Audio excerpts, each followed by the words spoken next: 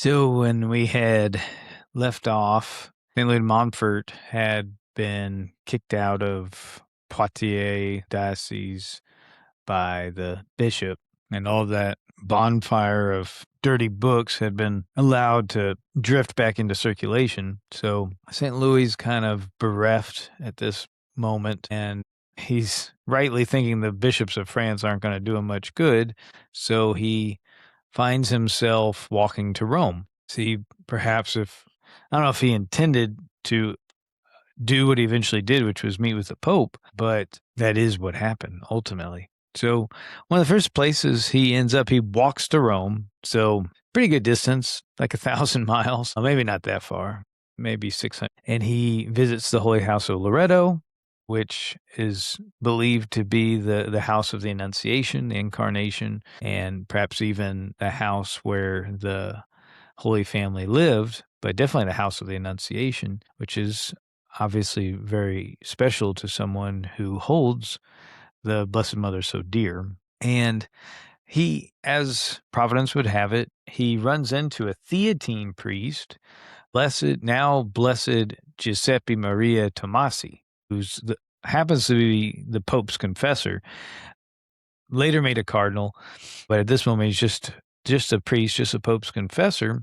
Likely comes upon St. Louis in a state of prayer before the Blessed Mother, and they find that they are kindred. His name is Blessed Giuseppe Maria Tomasi, so had some form of Marian devotion. But it's often what you see with people that are very close to the Blessed Mother. She likes to put her people together. So Father Tomasi secures an audience with Pope Clement XI for St. Louis. St. Louis still has these dreams of being a missionary priest or a missionary martyr in North America or even in Africa. And so he again pleads his case to now the Pope, and the Pope says, go back to France. The voice of Peter, the successor of Peter, go back to France and work. It is a field big enough for your zeal. Work against Jansenism, teach the children their catechism,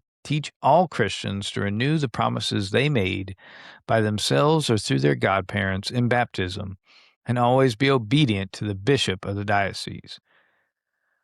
That last part is always going to be tricky. It'd be nice if you could just be obedient to the Pope here and just fight Jansenism. But fighting Jansenism while also being obedient to the bishop of the diocese often is a contradiction. But France, the eldest daughter of the church, as she's often called, is mission territory right now because of the Jansenist heresy. So just like the Albigensian heresy that almost took over France, and the Blessed Mother came and gave St. Dominic the rosary, now we have the Jansenist heresy and Gallicanist heresy taking over France, and we have the Blessed Mother commissioning St. Louis de Montfort to bring Marian consecration and true devotion. Blessed Mother always seems to get France out of trouble. The Pope, again, this is Pope Clement XI, he confers the title of Missionary Apostolic on Louis, granting him privileges that Louis had never expected to receive. For one thing, the Pope blessed the crucifix that St. Louis carried and gave it the power to confer a plenary indulgence on all those who might kiss it on their deathbeds, providing they were truly sorry for their sins, and providing also that they pronounced the names of Mary and Jesus, or tried to before they died. So immediately, Louis plants that indulgence crucifix into the top of his staff. Makes me think of how the wizards, or Gandalf in Lord of the Rings, puts his pipe into the top of his wizard staff, but obviously much more powerful. He sets out immediately for France.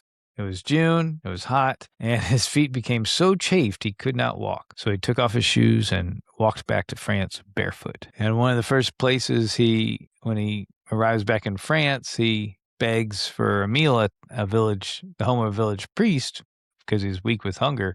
And the priest was having a group of clergymen over for dinner, and they made fun of Louis for walking. And so they sent him off to eat in the kitchen. They were all eating savory dishes, but sour-looking servant gave him some stale bread to eat while they feasted in the next room. And Louis rejoiced at this. He wasn't his pride wasn't affected. But the priests were still laughing at him when he came to say thank you in their banquet hall, or the dining room of the village priests. Why do you walk all that way? Why don't you get a horse and ride? They laughed at him. And St. Louis said the apostles walked. And you can imagine, just left him speechless. Also on his way back, he would stop at Mont Saint-Michel. Not much is written about what he did there, but the shrine, ancient monastery of St. Michael, and there to obtain the help of Our Lady's greatest general, St. Michael, the Archangel. But lots of days of begging and walking, nights without rest, snubs, insults, slights, blisters, bruises.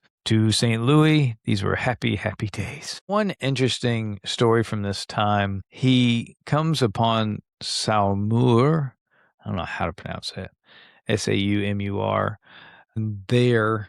After kneeling in silence before a statue of the Blessed Mother, he is inspired to ask shelter for himself and brother Mathurin, who is with him at the convent of the Sisters of Providence. The foundress of these nuns and their superior was Mother Jeanne Delanue, and she had been performing really arduous. She had been performing and enduring really austere practices, physical mortifications, eating very little, probably whipping herself. And some of her daughters in the order even criticized her for it because she was too severe with herself. One meal a day, denied her the right to go to bed. She had to sleep in a chair, and other secret penances.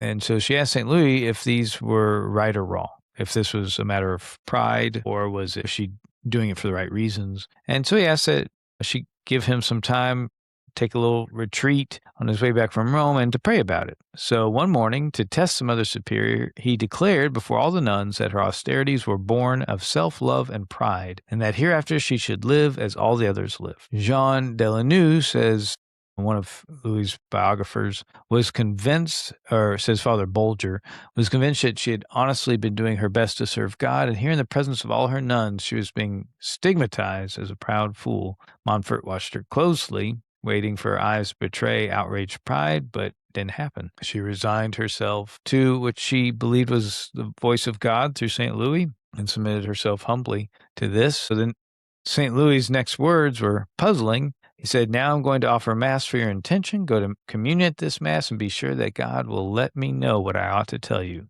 So humbly she followed him to Mass. And in the sacristy after Mass, Louis said, "Continue as you have begun. It is the Spirit of God that animates you and drives you to this life of penance." So he's, testing to see her reaction if he humiliated her. And when she responded humbly, he knew that this was not something she did out of pride. So St. Louis, with his cleverness. So he goes from Mont Saint-Michel now back to Rennes to Father Bellier, who's still the almoner of the General Hospital. Rennes has been an important place to Louis. It's a town where his uncle was priest. It was there that Our Lady made known to him her wish that he should be a priest. There they first drank the intoxicating wine of missions and martyrdom. And it was there that he had been given his first opportunity to go unto the altar of the Lord. Father Robert, his uncle, asks him to visit his family, but he would not stay at home because he had given his family up to God. And his parents provided a banquet, and he made sure that all the poorest of the poor ate from it. It was a bit of an uncomfortable trip back home into Rennes for him because he had become famous at this point. And when asked to preach at his home parish, you can think of Jesus being asked to read from the scroll of Isaiah in Nazareth. He said, "Apparently you've been told I'm a great preacher or an extraordinary missionary. This is nonsense. I am not going to preach to you. I shall simply make a meditation as if I were alone in my own room." And he knelt in the nave and talked about suffering. Many who listened to him, said Father Bolger, were in tears. He ended with the rosary and a collection to restore the church. Next, he finds himself in a place called Dinan. Again, he presents himself as the poorest of the poor, and they refuse to give him food until they realize it's him, but it's too late. He says, "You have committed a great fault, not against me, but against Jesus. You're making it up to me now, but not to him." He begged for breakfast, and they wouldn't give it to him until they realized it was St. Louis come to preach a retreat to the nuns, and the nuns as soon as they realized it was him, had this lavish breakfast prepared for him, but wouldn't even give him a crumb before that. Said, the next time a poor man asks anything of you, give what you can, for you give it to Jesus as well as to him. Then there's an interesting sort of comedic situation that happens. He runs into his brother, Joseph Pierre, and St. Louis asks him, he says, I wish to say Mass on the altar of your blessed Alain de Roche. Will you, dear brother, please let me have what I need? Now, first off, blessed Alain de Roche is from this area. This is his hometown. This is a 15th century Dominican friar from the monastery of Dinan, who is credited with restoring the devotion to the rosary. He's kind of like a second Benedict in terms of the rosary.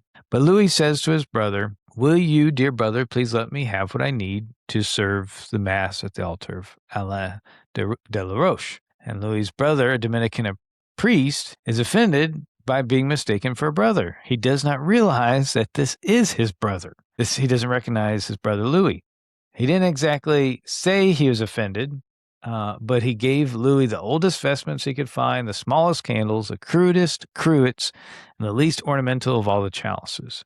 Thank you, dear brother, Louis says, smiles at him, and goes to the chapel. Brother Mathurin started to follow, but the angry Joseph stopped him, saying, who is that impudent, ignorant oaf? Can't he tell a Dominican priest? Can he tell a Dominican priest from a lay brother? What is he, a country boor? Lout that never uses his eyes? Was he having fun with me? Why did he dear brother me? Brother Mathurin didn't know what to say, but the priest kept after him. Finally, Mathurin said that the other man must have been distracted. For whatever reason, Mathurin's not allowed to tell Joseph that this is his brother Louis. So Mathurin just asks the priest pardon for him, but he would not reveal his master's name. But the priest persisted. Joseph persisted. He kept badgering the young man. Mathurin could stand no longer. He says, he called you dear brother because that's what you are. He is your dear brother Louis. And he says, my dear brother Louis, and I gave him the shabbiest vestments I had. So the next time Louis said Mass at Blessed Alain's altar, he wore the richest and most beautiful vestments in the monastery. He couldn't help feeling good about this, for the vestments really honored the saint, the darling of the Blessed Virgin, and one of his own great heroes. So one of his next stops is the little town of La Chaise, kind of spelled like Shay Scott, my house. What's interesting here is that there's a prophecy of St. Vincent Ferrer that St. Louis appears to fulfill. So in that little town of La Chaise, there's an ancient chapel of Our Lady of Pity, which was a wilderness of rubble. Louis was told by many of the natives that a long time ago, the great St. Vincent Ferrer had looked out on these ruins in sorrow and had made the following prophecy. The chapel will be restored by a man whom the Almighty will bring into the world in due time. He will come as a stranger. He will be insulted and abused, but he will rebuild the chapel. So Louis says, I am that man. Let's set to work. And so he begs money, recruits workmen, and makes a plan for the new building and directs the work. In a few months, it was done. The new chapel of Our Lady of Pity had an altar in the Roman style, surrounded by a fine balustrade on which there were 8 life-size statues. On the altar, 3 great crosses, having a beautiful statue of Our Lady holding the dead Christ in her arms. For 9 consecutive nights during the last phases of building, he lit bonfires on all the surrounding hills and arranged a procession. La Chaise would become a particularly dear place to St. Louis. It would be the scene of many miracles. Some of those miracles included when food ran short, St. Louis multiplied it. He cured an epileptic girl, and he cured many cases of fever, sprinkling them with water. He had a particular recipe for holy water. He would take plain water. He would dunk in plain water strips of linen bearing the holy name. You would dip them in the holy water dip it in plain water to make it holy. And it was here that St. Louis first became known as a saint who could put a curse on you.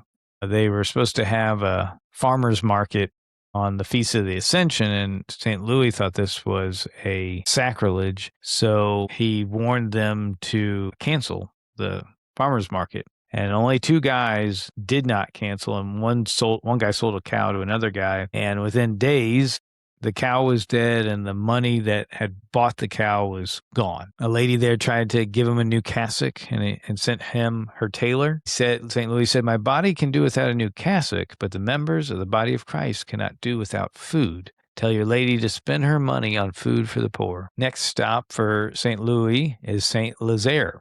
This is going to be a place he knew from his youth. Ever so often, little Louis would have to flee, or maybe just younger Louis, to a place of solitude, some desert where he could be alone with God, where he could renew his courage, find new strength, new determination to carry his crosses all the way to Calvary. As a child, he would flee to the serenity and comfort of St. Lazare. He remembered how close he had felt to Jesus and Mary at St. Lazare, and he had made a promise as a boy that when he was a man, he would return to this place and rebuild a chapel. And there had been an abbey there once upon a time, and a hospital for lepers built by crusaders sometime in the 14th century. The monks of the abbey was named in honor of St. James, would say Mass 2 or 3 times a week, but that was a long time ago, before years of war and ashes. The abbey was still standing, part of it, but it was unoccupied.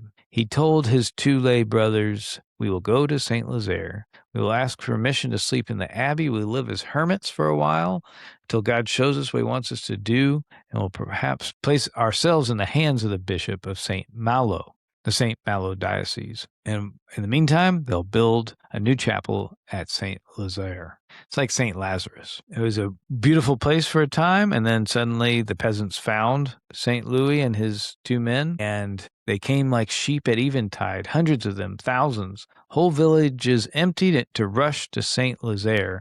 They brought food, money, materials needed for the chapel. They brought the labor of their hands and the love of their hearts. They brought their sorrows and their hopes and their frustrations. They brought their crippled, their wounded, their maimed, their sick.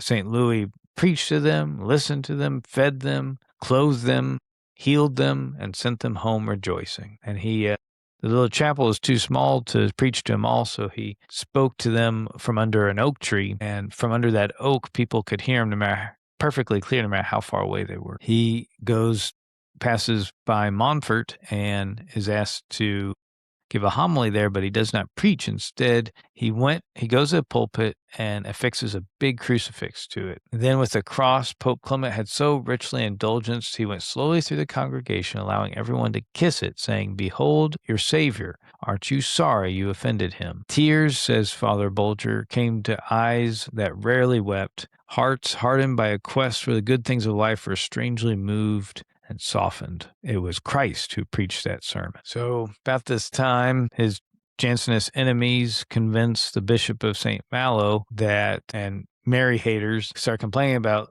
St. Louis. They indict him by claiming that he's committing miracles. He's preaching the love of Mary, forcing people to say the rosary 3 times a day, making them her slaves, wearing chains, and in defiance of the order that nobody should be worshipped except Christ, who died, as you know, only for the few, not the many. This is the Jansenist line. So for this scandalous behavior, which is not scandalous, the bishop exiles him, summons him to dinner, scolds him, exiles him, and then within the space of a few minutes, unexiles him because another priest comes in begging that St. Louis would preach in his parish. So St. Louis is given a little bit of reprieve. In the next village he's going to enter, he hears a woman screaming for help, and he rushes into a house to see a man beating his wife. This is the story of the man with an axe. St. Louis separates the husband and wife, tries to reason with the husband. The enraged man seizes an axe and attacks St. Louis. But before he could do any harm, the muscles of his arms stiffened and he dropped the weapon. Man later dies impoverished. Again, this is the curse of opposing St. Louis. So now St. Louis is going to head back to Nantes with more encounters against more fights with the Jansenists, and this is going to be the time where he really serves the Vendée. He writes a poem of the church is forgotten, the altar laid bare, the pavement all broken, the roof uncovered. The walls are crumbling and covered with filth. The ciborium is broken, the chalice is black. The monstrance is a vessel of cheap molded brass.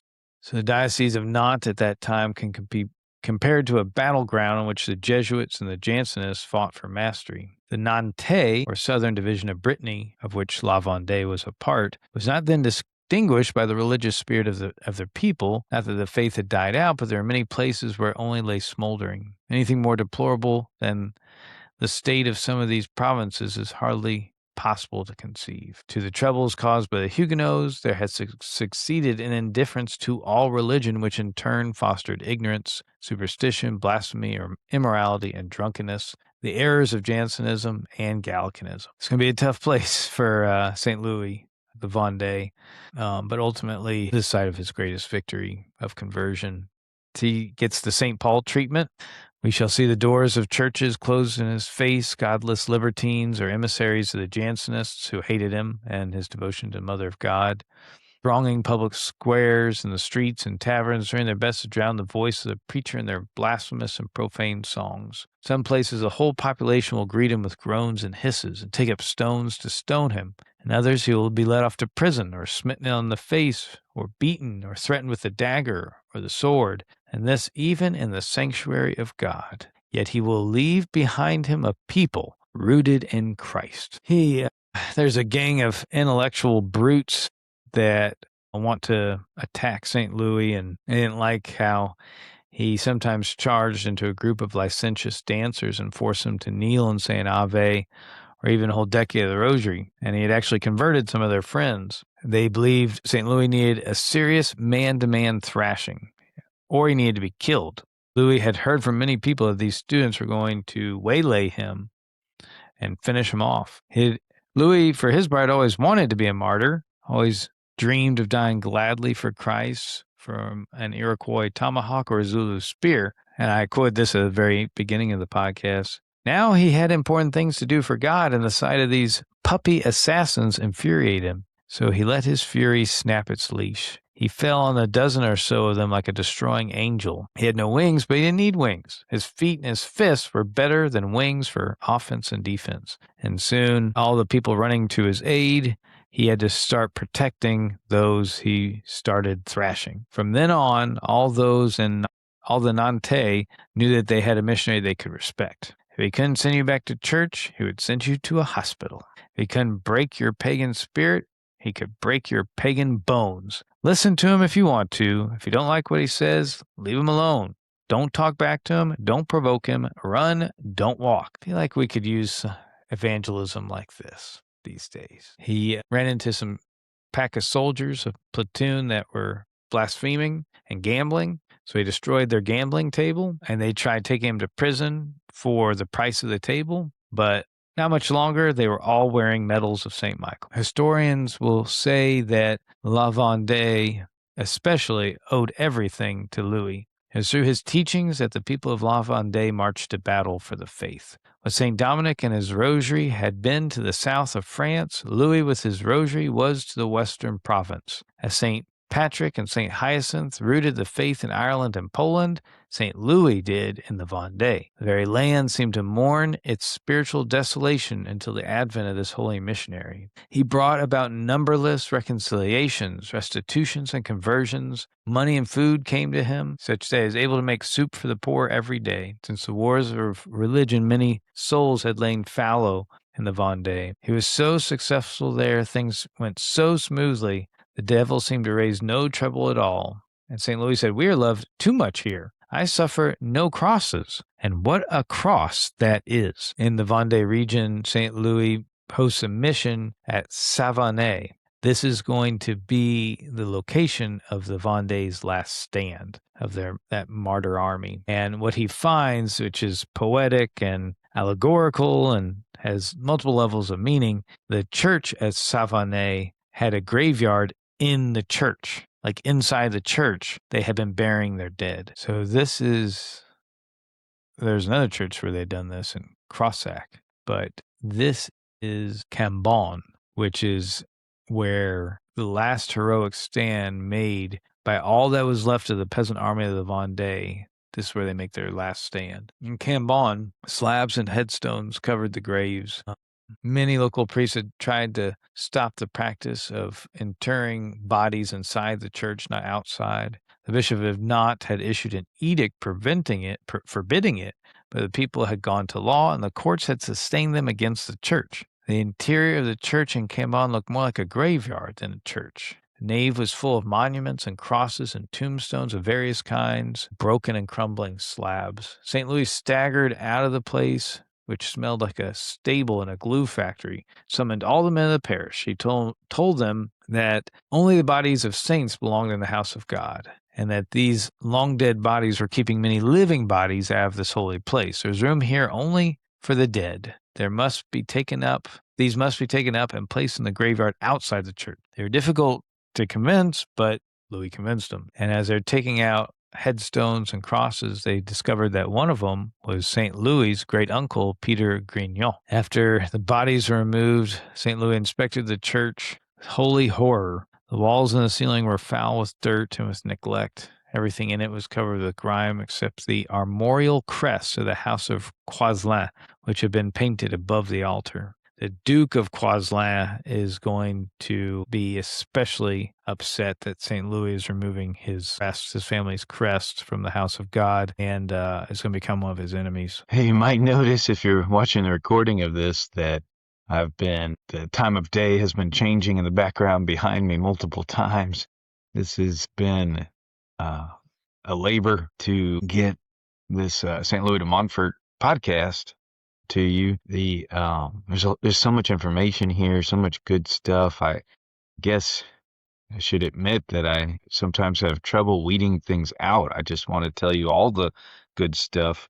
I don't know if I'll ever be able to get back to the days where I could give you just one podcast on an individual. It's just, especially with St. Louis de Montfort, some of these that saints I really love, it's just too difficult to cut out material. And so anyway, I hope you'll enjoy this deep dive into St. Louis de Montfort, not just your typical 30-minute review of the high points of his life, but more of a coherent narrative of his life. Where we left off, St. Louis was in the location of the eventual future one-day heroic last stand of the Vendée army in Savonne, where the church at Cambon was a graveyard, just like with St. Francis, who St. Louis has been compared to before by the bishop. Just like St. Francis encountered the church of San Damiano and heard God saying, repair this church.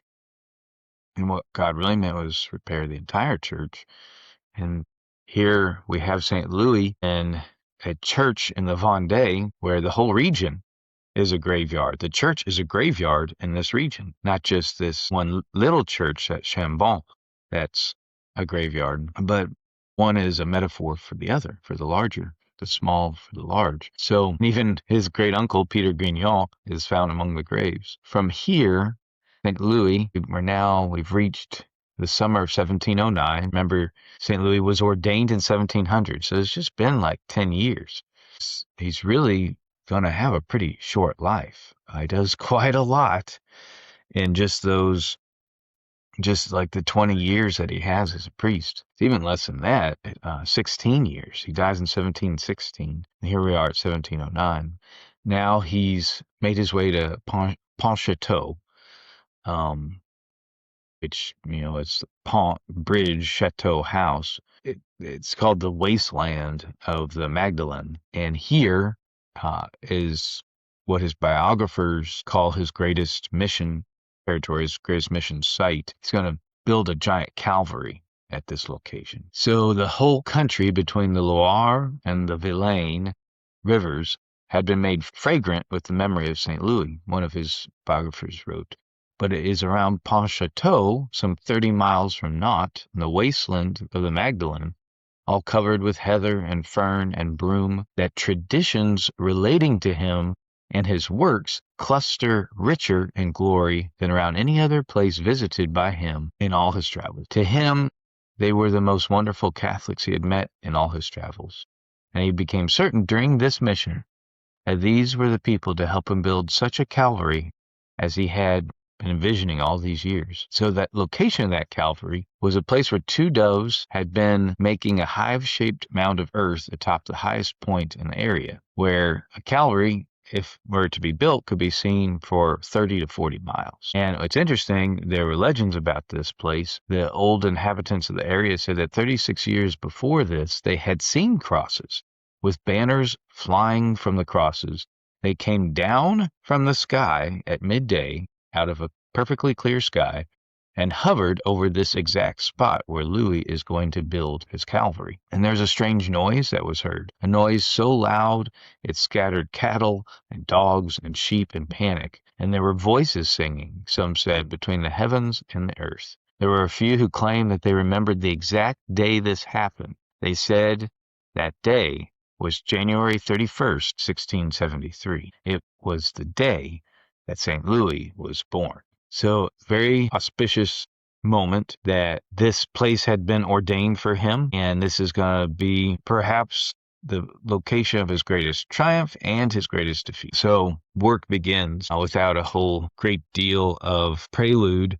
He doesn't have to do a whole lot of convincing. People start streaming in, workers from Paris, the rich, the poor, children after school, to start helping him build this Calvary. And he's going to have to increase the height of this hill. He's going to make a hill on top of the hill. Everybody worked in silence, as though they were in a great cathedral. Yet now and then they could not help but say the rosary aloud. So the seneschal is this interesting figure, this villain figure. He's a member of the family of Coislin. If you'll remember, in the Church of Chambon, St. Louis had removed all the graves, and he removed the crest from the wall above the altar, the crest of the family of Coislin, the armorial crest of Coislin. And the seneschal was somehow related to the duke. He's now the enemy and looking for a moment to strike. Snake is waiting to strike St. Louis and defeat him. He tried to arrest St. Louis, but the Bishop of Metz, so I guess this is a different diocese now, even though we're still in Nantes, the Bishop of Metz didn't back him up. And so the seneschal gets humiliated again. He's twice humiliated. Seneschal is just a title. Let me see if I can figure out what a seneschal is. Seneschal is a high-ranking medieval officer, often acting as a steward, major domo, or governor in charge of a noble household, state, or royal administration. So this seneschal, he is the head of the house of Coislin. That's not the duke, apparently. This is the chief administrator. This is sort of a rough time in France. All France this year is experiencing a famine. All through the country, livestock had starved or frozen to death. In January, there was a solid freeze that lasted for more than 2 weeks. The thaw came and rotted whatever had been planted in the fall. People made flour out of bracken, if you can imagine, like the rough weeds, and I'm thinking briars, if briars are the same as bracken, grinding that up for flour. Others grazed on the dead grass on their hands and knees like sheep, or they dug up roots. So there's kind of an image of the nation becoming like sheep here. Wolf packs of hungry children were everywhere, breaking and entering, pilfering whatever food they could find. Children who probably likely were orphaned, parents starving, and now they're running around in packs. Kind of an apocalyptic time. Soldiers were dying of exhaustion or cold at their posts. These were mostly untrained men, undernourished men, tired men and boys. France's mighty army had been defeated at Blenheim in 1704 and were further disorganized at Ramillies in 1706. And in 1709, the current year, the king and all his nobles, all his countrymen were crying for peace at any price. The same thing that Neville Chamberlain will say to Hitler, right? Peace at any price. But there's no peace in sight. So into this famine comes St. Louis, who pulls an Elijah. Jesus has this miracle of bread. The beggars come streaming to St. Louis, not necessarily to hear him preach, but for food, just like in John 6, after the miracle of the feeding of the 5,000. They keep coming back to Jesus, not to hear him preach, like the bread of life discourse, but because they're still hungry. And like Elijah, he helps this widow, and Jesus too, and Elisha. A widow named Jean Guégan, living near La Vieilleterie, told St. Louis she'd not even have a crust of bread to give him. So This is St. Louis doing that thing where he goes and begs for food in the name of Jesus anonymously. And she tells him she has no bread to give him. So he tells her, look in her oven, at her cold oven. There she found a loaf of fresh baked bread. She cut off a big slice for him and still had the whole loaf. Thereafter she frequented the well around which the poorest of the poor were gathered. So this widow, she will cut slice after slice after slice from that loaf, and the loaf will never diminish. And that's just the start of the miracle with her. It just keeps going.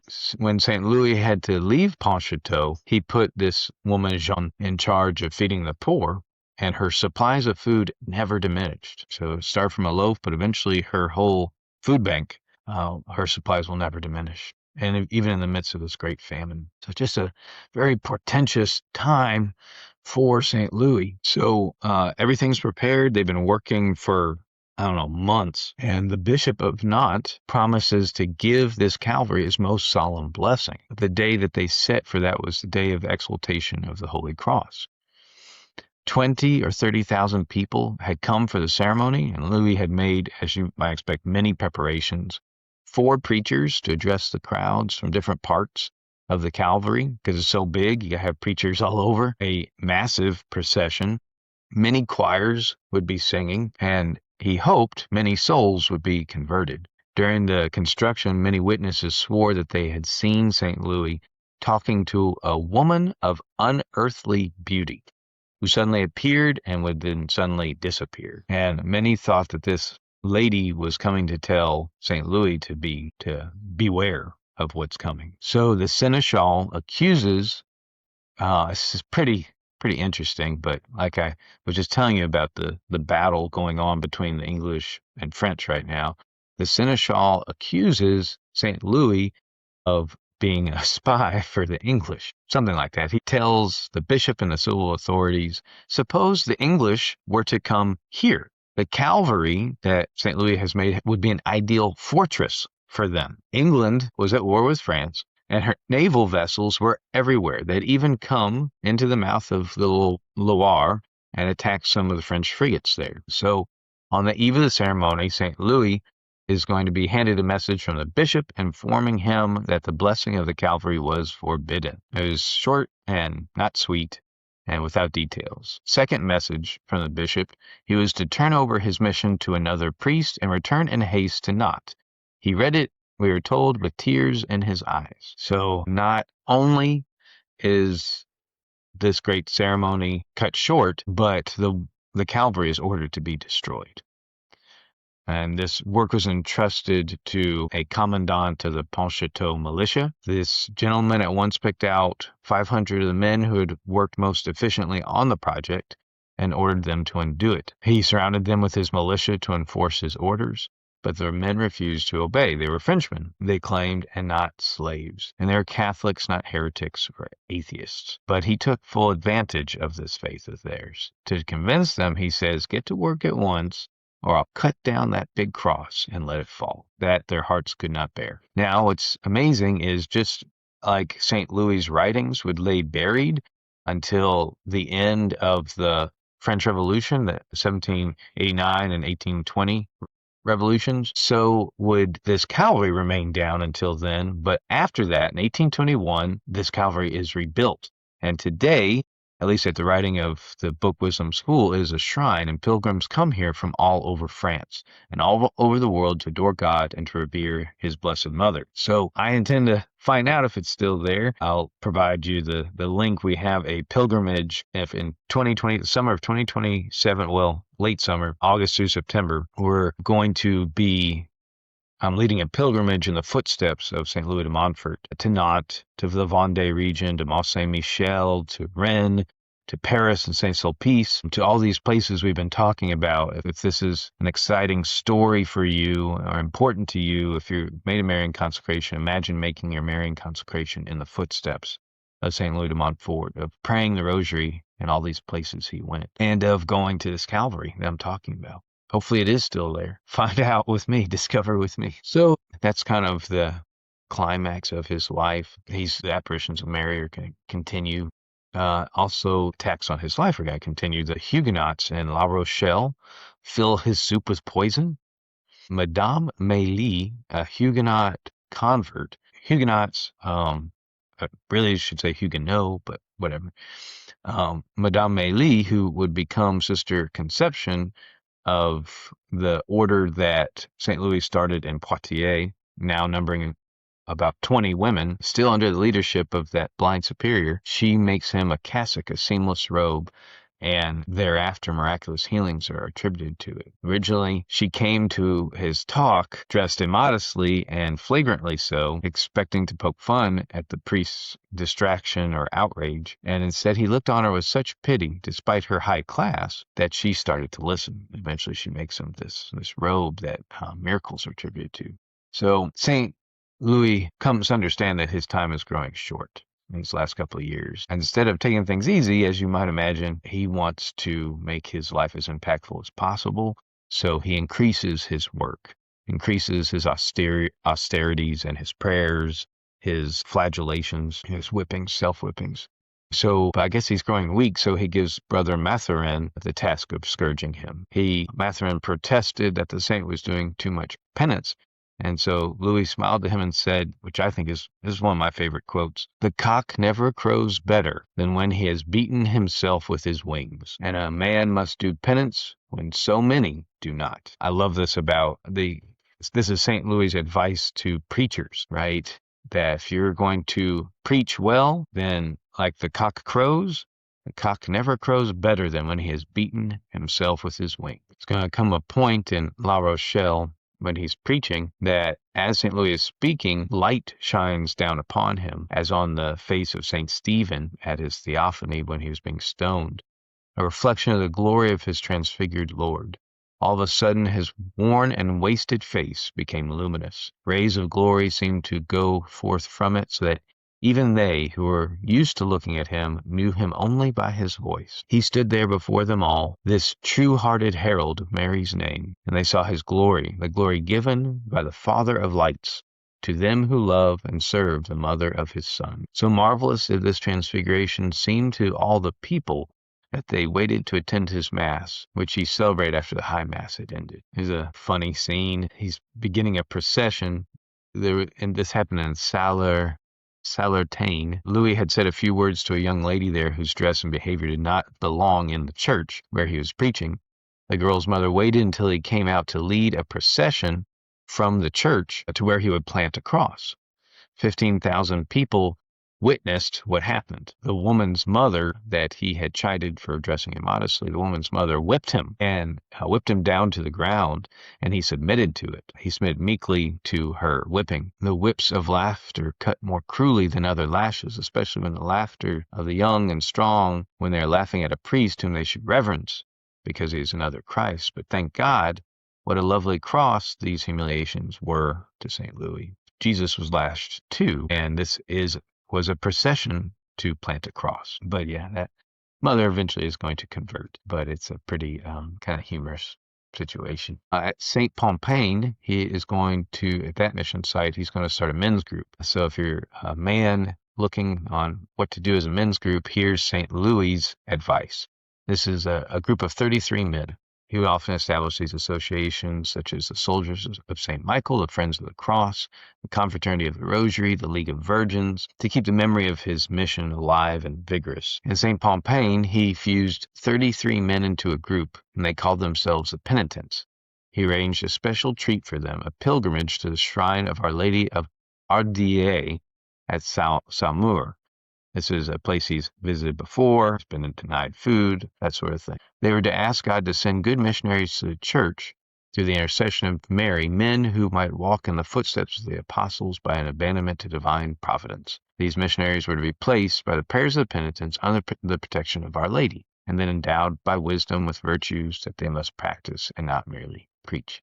He gave the 33 a set of rules and regulations, going into minute details as how they should act and what they should do. They were to walk in a religious silence most of the way on this pilgrimage, but were also to pray aloud as well as silently. And they were advised to sing hymns. They were to carry rosaries and crucifixes. They were to say the beads at certain hours, to be silent at certain hours, to rise at certain hours, to go to Mass at any hour set forth by priests along the way, to eat at certain hours, and to retire at certain hours in the various inns where they might stop. So there's also a good inspiration if you want to lead a pilgrimage. They were to go fasting and on foot. 15 minutes before reaching the city of Saumur, they were to take off their shoes and walk ahead singing hymns to Mary. 2 by 2, they were to enter the chapel, still singing unless Mass was being offered. In that case, they were to wait. All of them were to go to confession in the chapel and communion at the Mass. They were to go 2 by 2 through the city and must not trouble themselves with anything ungodly people might do or say. On their return, they were to give an account of all the crosses they had to carry.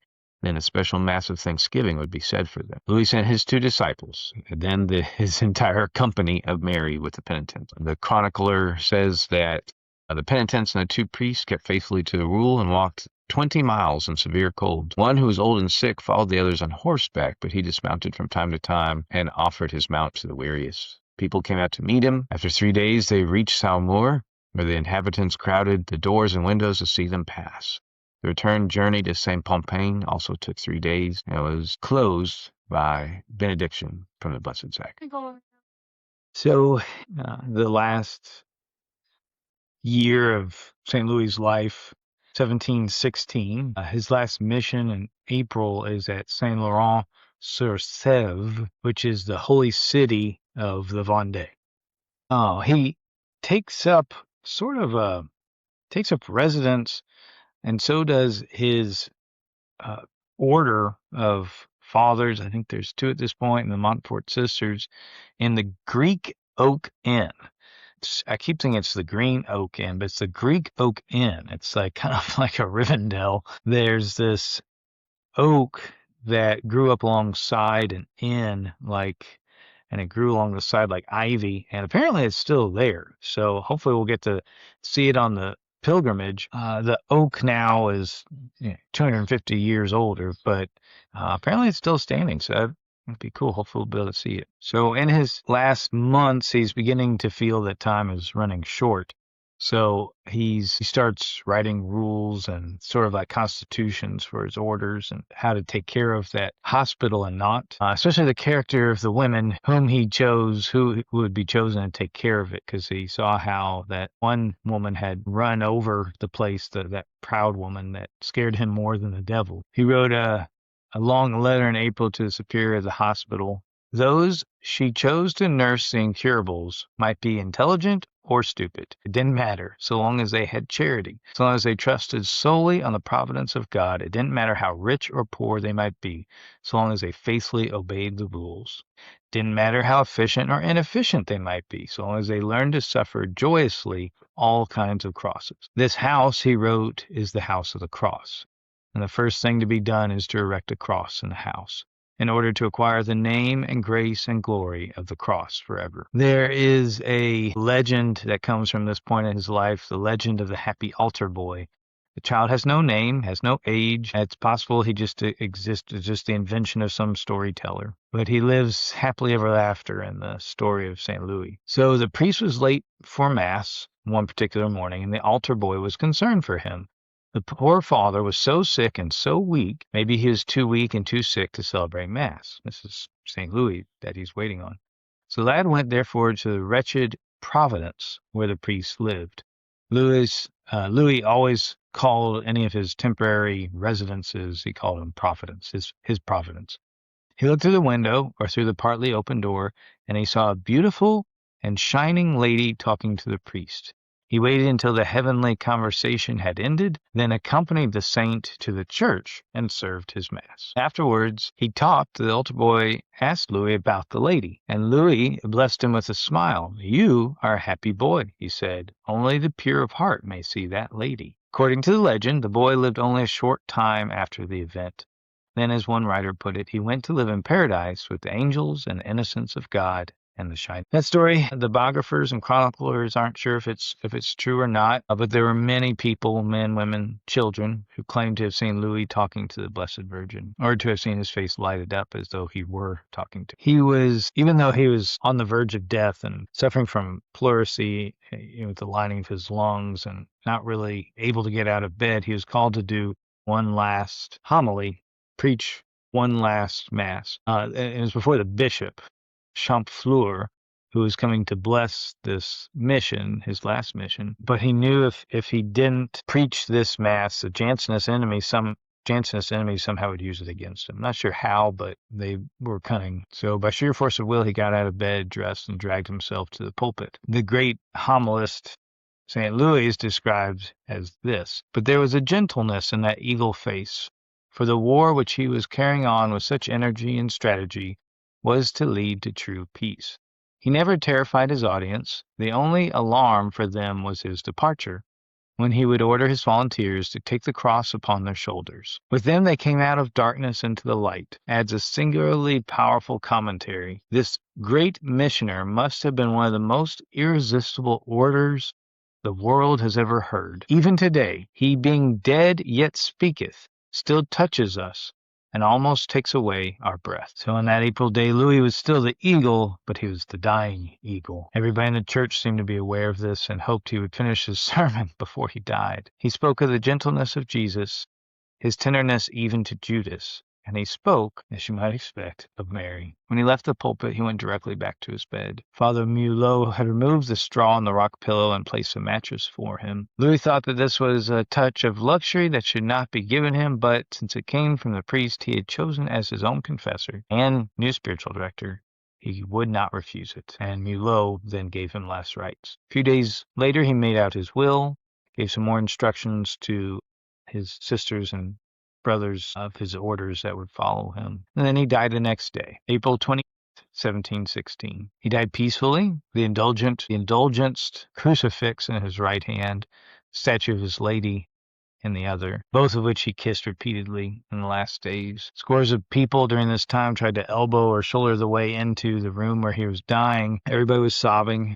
Every once in a while, somebody, even though Louis really shouldn't be moving, asked him for his blessing. Louis gestured to him with his crucifix, with that indulgence crucifix. Some of his last words were to console Father Moulton. He told him that he would be with him, have confidence in him, even though there's only one other Montfortian priest at this time. Now, there's a good number of Montfortian sisters, but only one other priest.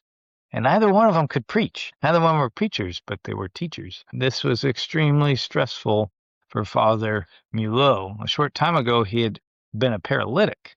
I think Louis had healed him, and he had constant headaches, and he had never had great confidence in himself. Now, without Louis, he had none at all. It might be said of Louis and his altar boy, he went to live in paradise with the angels and the innocence of God in the shining light. So a little bit of an epilogue on what happened to the orders he founded and were they successful or not. Much of what St. Louis did in life, as you've probably noticed, like his Calvary that would not actually be truly built until the 1820s, 1716. Just like that Calvary and Pontchâteau would not be built until the 1820s. Just like his true devotion and his total consecration would lay as hidden manuscripts, basically buried until the 1820s, so too his orders, the orders he started. The little company of Marian, the daughters of wisdom, were to live their lives hidden and unknown until it was God's will to reveal their destiny. Toward the end of Lent 1718, the curé of Loges invited Father Mulot and Vatel to come and labor in his parish. They thought they were just supposed to hear confessions, not preach, and they joyfully consented. But to their great astonishment, when they arrived, they learned the curé had announced that a regular mission was to be opened by the successors of Father Louis de Montfort. Filled with consternation at the prospect placed before them, they decided to decline the task. However, the curé insisted, and they were forced to yield. They had made no preparations, were not trained in preaching, and didn't have the wealth of words that go with an order, but with a humble and confident reliance on God and the intercession of their late superior, they essayed their first attempt as missionaries. And would you believe it, their intercessor came through for them just like he said he would. It was a startling success. One of those dignitary present at the Cathedral of La Rochelle said, "There was nothing vehement in the tone or action of the preacher, Father Mulot. The truths of which he spoke were not always those which were striking in themselves. Even when he used most action, even when he was most animated, there was not that arrangement or those touches of eloquence which make Christian orators stir the human heart. And yet, the effect upon his audience was marvelous. It was not simply sighs accompanied by tears, but a terrible burst of cries and sobs, which rose from all sides, which showed how strong was the impression made by the missionary on all alike, without distinction, who listened to him. After this mission, it left no doubt that Montfort's spirit was with him, and all united in regarding Father Mulot as St. Louis' rightful successor. So at St. Louis' death, there were 4 daughters of wisdom. I guess there's 20 ladies maybe at the hospital, but only 4 professed daughters of wisdom, 2 priests in the company of Mary, and 6 or 7 lay brothers. Those orders, though nascent for a while, expanded widely in the years that have gone by, surviving many crises such as the French Revolution. During that time, 9 priests and 2 brothers were martyred. But after the Reign of Terror in 1789, there were only 5 priests and 2 brothers left. So had barely grown at all in the 100 years after St. Louis' death. The Lord had shown Louis in a vision how the daughters of wisdom would multiply exceedingly. Had he shown him the 39 houses founded in poverty under the direction of his successor before Sister Marie-Louise of Jesus, that's Marie-Louise Trichet, at the same hour, on the same day, the same month as St. Louis did. She died at the same hour, on the same day of the same month, to be laid by his side in the little chapel of St. Laurent. Had that been part of his vision? Had he showed him their cruel persecutions? Had Louis been shown their cruel persecutions at the hands of those who had persecuted him? We do not know. And there's multiple other orders that point to St. Louis as sort of a founder, co-founder. And what was St. Louis' effect on his mission territory? We know that St. Louis Marie Grignon de Montfort, Mary's slave of slaves and wisdom's fool of fools, could do for this generation and the next what he did for the people of Brittany if we let him. So again, like I've said before, his effect on the Vendée region and France and even the world remains to this day. There are some good books if you're wondering about the Vendée. There's A French Genocide, the Vendée. That book is by Reynold Setcher. Wow. There's a book by Anthony Trollope about La Vendée. It's a historical romance. There's a movie, The War of the Vendée, that you can get through Ignatius Press. And there's the book I read was For Altar and Throne, The Rising of the Vendée by Michael Davies. Of course, if you want to read St. Louis,